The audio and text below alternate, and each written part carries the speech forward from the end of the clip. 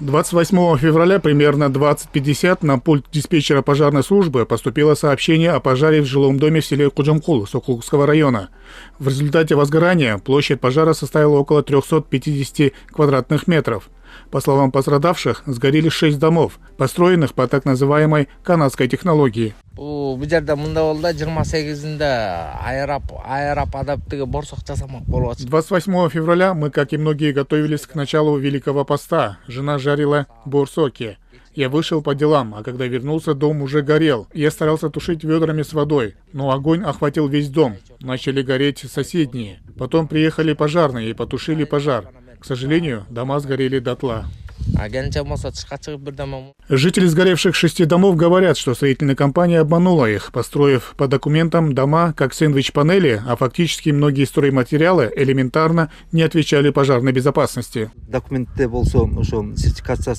Они использовали дешевые и несертифицированные материалы. По этому поводу мы обращались в правоохранительные органы и в местную администрацию, но безрезультатно. Мы хотели бы обратиться к руководству страны. Обратите внимание на стройкомпанию «Тестам» и на работников районного госрегистра, которые дали разрешение на строительство дома в 2022 году. В свою очередь, глава стройкомпании сообщил нашей редакции, что в первую очередь начало гореть пристройки к дому. Все материалы при строительстве тщательно проверялись соответствующими ведомствами, и все они отвечают пожарной безопасности, говорит гендиректор компании. Именно начали гореть в первую очередь самые пристройки, а не мое строение. То есть они сами построили пристройки, добавок к моему дому.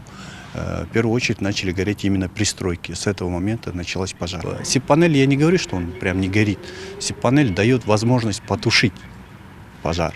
То есть я почему говорю, что этот пожар длился около 2,5-3 часов. То есть за это время могли пожарные приехать, погасить этот пожар.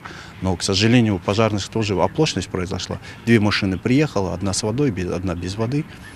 Там есть свидетели, жители, как раз мои друзья, знакомые, они все подтвердят это. А тем временем жители сгоревших домов в буквальном смысле остались на улице. Многие даже не успели взять свои документы. Отметим, что один из домов был застрахован. Страховая компания должна выплатить компенсацию в размере до 500 тысяч сомов, в зависимости от состояния дома. Эрмек Куренкеев, Джахшылык Исаков, ЛТР, Чуйская область.